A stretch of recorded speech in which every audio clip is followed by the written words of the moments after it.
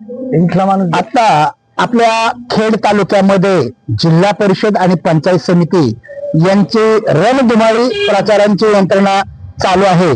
तर आज आपण पिंपळगाव तर्फे खेड जिल्हा परिषद गटाचे शिवसेना उद्धव बाळासाहेब ठाकरे पक्षाचे जे अधिकृत उमेदवार आहे सन्माननीय विजयसिंह बाबासाहेब शिंदे पाटील, तर या शिंदे पाटील या मतदारसंघामध्ये उभे आहेत, त्यांचं मत जाणून घेऊया। भाऊ नमस्कार। नमस्कार। आपलं नाव काय? स्वप्नील सोनवणे। स्वप्नील भाऊ सोनवणे, गाव कोणतं? निमगाव। तर निमगावचे स्वप्नील भाऊ सोनवणे। तर स्वप्नील भाऊ या गटामध्ये तर विजू भाऊंचं काय कार्य आहे या तालुक्यामध्ये, गटामध्ये, गणामध्ये, जर तुम्ही थोडीशी आम्हाला माहिती द्या। तसं तर सभापतींचं काम म्हणजे विजू भाऊंचं काम हे तालुक्यातच आहे। आता ते गटात पण ह्या पण गटात चांगलं काम आहे मरकळ गटात। अच्छा, याही गटात काम आहे। तालुक्यात काय विशेष काम केलंय असं? तालुक्यात सभापतींनी उत्पन्न बाजार समितीला चांगलं जेवण दिलं।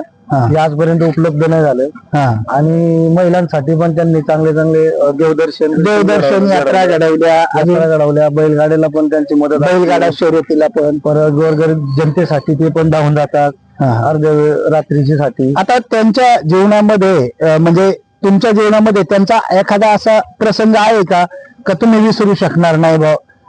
एक असा एखादा प्रश्न म्हणजे एखादी अशी घटना तुम्ही त्यांना विसरू शकत नाही?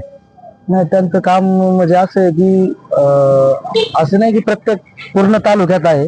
पूर्ण तालुक्यात तरी एक प्रसंग असा आहे त्यांच्या याच्यात असं, तर मला एवढं नाही सांगता येतं, पण एक बैलांचा प्रसंग आठवतो तुम्हाला? मरकळ या ठिकाणी वाघांनी ज्यावेळेस हल्ला केला त्या टायमाला सुद्धा विजू भाऊ ऊसतोड कामगारांना बैलजोडीचं देण्याचं म्हणजे हे काम केलं। अजून तसंच आपल्या गटामध्ये या तालुक्यामध्ये पाण्याचे प्रश्न खूप होते वरच्या पट्ट्यामध्ये।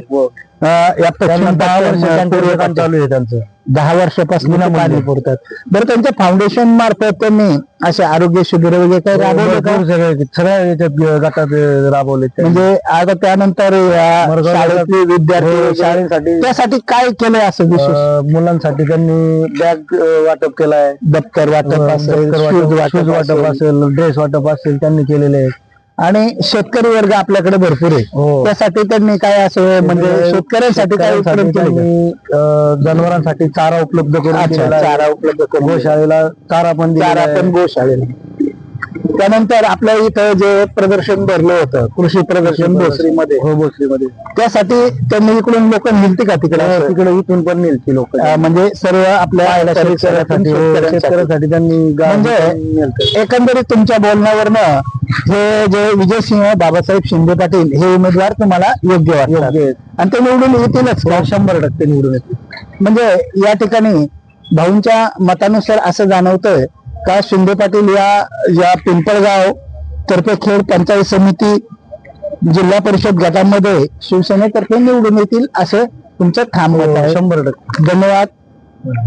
आमच्या